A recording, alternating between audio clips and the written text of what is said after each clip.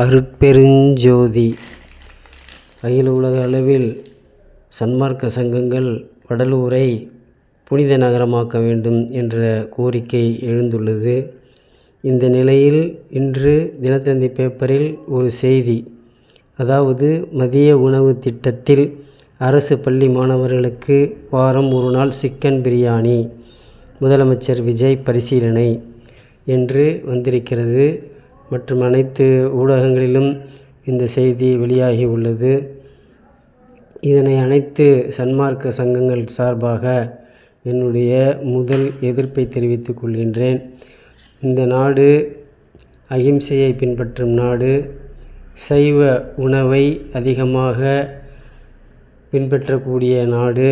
இங்கே சன்மார்க்க சங்கத்தினரும் ஜைனர்கள், புத்தர்கள், சுத்த சைவத்தை பின்பற்றும் பிராமணர்கள் போன்றவர்கள் வாழும் நாடு. இந்த நாட்டில் சைவ உணவைத்தான் வழங்க வேண்டும்.